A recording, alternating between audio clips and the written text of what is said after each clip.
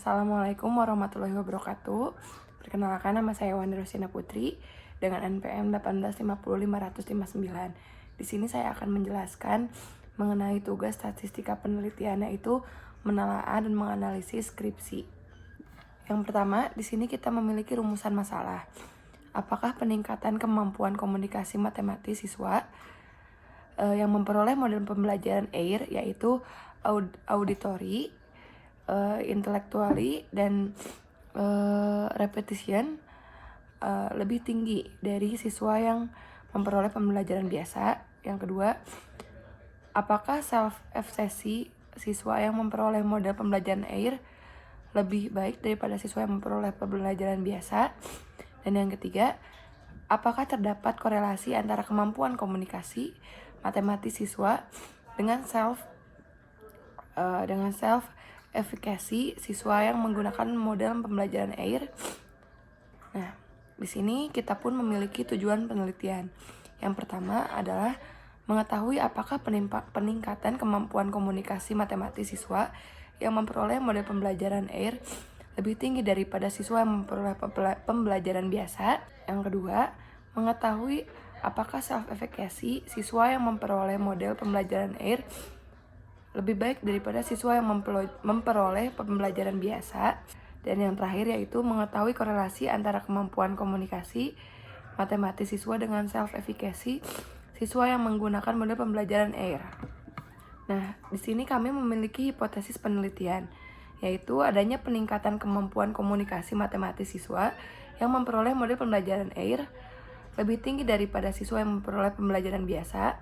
Kemudian pencapaian self-efficacy siswa yang memperoleh model pembelajaran AIR lebih baik daripada siswa yang memperoleh pembelajaran biasa. Dan yang terakhir adalah terdapat korelasi antara kemampuan komunikasi matematis siswa dengan self-efficacy siswa yang menggunakan model pembelajaran AIR.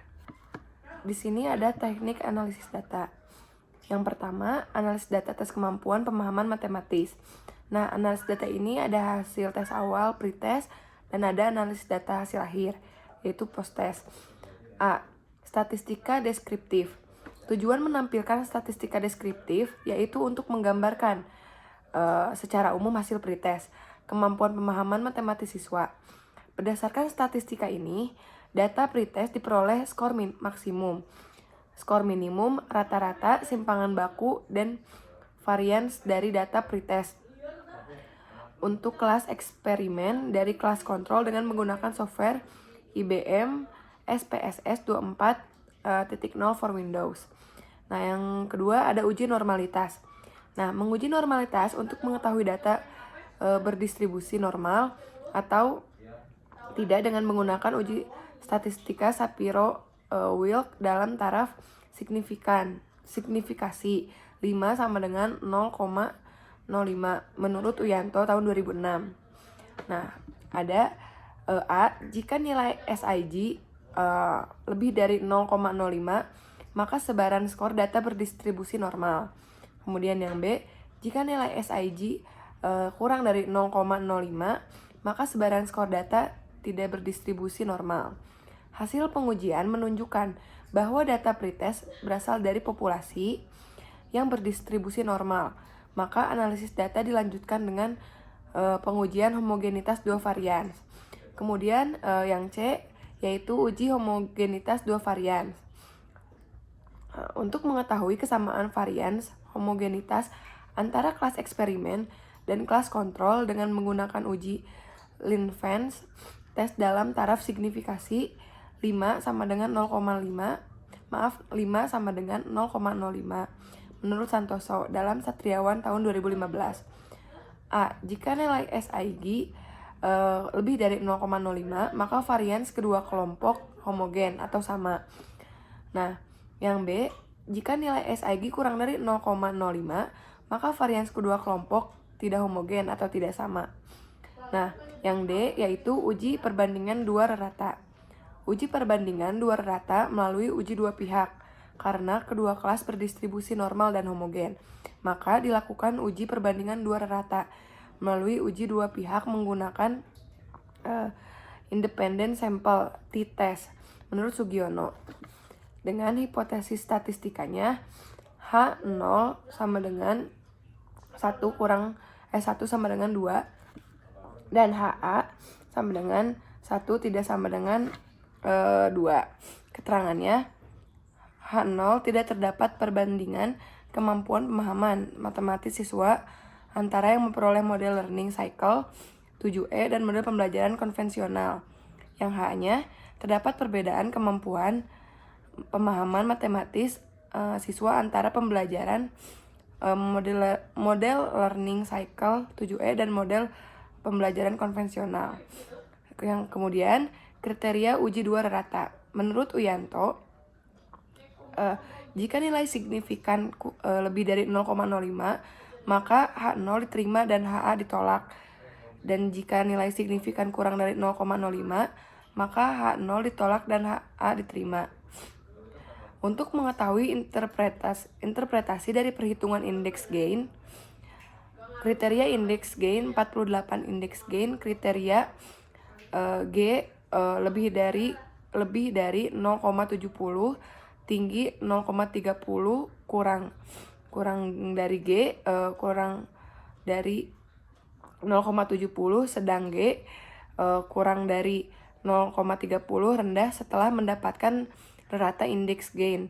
Lalu kita bandingkan data indeks gain kelas eksperimen dan kelas kontrol dengan bantuan program SPSS 24,0 for Windows. Langkah-langkahnya sebagai berikut. A. Analisis statistika deskriptif data indeks gain. Tujuan menampilkan statistika deskriptif yaitu untuk menggambarkan secara umum hasil indeks gain. Kemampuan pemahaman matematis siswa. Berdasarkan statistika deskriptif, data pretest diperoleh skor maksimum, skor minimum, rata, simpangan baku, dan varian kelas eksperimen dan kelas kontrol dengan menggunakan software IBM SPSS 24.0 for Windows. Nah, kemudian ada yang B, uji normalitas data index and gain, menguji normalitas untuk mengetahui data berdistribusi normal atau tidak dengan menggunakan uji statistika Shapiro-Wilk dalam taraf signifikan. Assalamualaikum warahmatullahi wabarakatuh. Perkenalkan, nama saya Sofatu Mardio Pipa. Di sini saya akan melanjutkan presentasi yang dilakukan oleh Wanda. Selanjutnya ada analisis data angket self-efikasi. Yang pertama itu mengubah data angket self-efikasi berdasarkan jawaban sangat setuju diberi skor 5, setuju diberi skor 4, netral diberi skor 3, tidak setuju diberi skor 2, dan sangat tidak setuju diberi skor 1. Untuk pernyataan bersifat negatif, maka skor yang diberikan sangat setuju itu diberikan skor 1, setuju diberi skor 2, netral diberi skor 3, tidak setuju diberi skor 4, dan sangat tidak setuju diberi skor 5. Pada penelitian ini digunakan uji normalitas untuk mengetahui bahwa data tersebut merupakan berdistribusi normal atau tidak. Selanjutnya ada uji homogenitas dua varian. Pada penelitian ini menggunakan uji homogenitas untuk mengetahui kesamaan varian atau homogenitas antara kelas eksperimen dan kelas kontrol.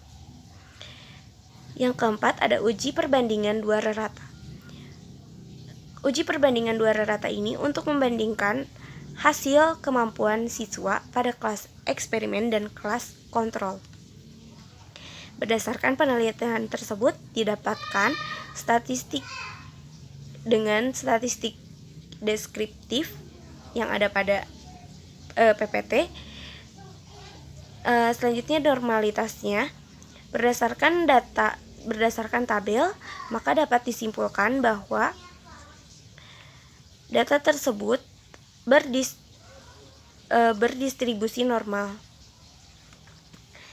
Dan setelah itu hasil uji pada penelitian ini yaitu didapatkan hasil dan didapatkan kesimpulan bahwa kedua kelas memiliki homogenitas yang sama. Dan pada hasil uji data in-gain kelas eksperimen dan kelas kontrol didapatkan hasil bahwa nilai signifikan pada kelas eksperimen lebih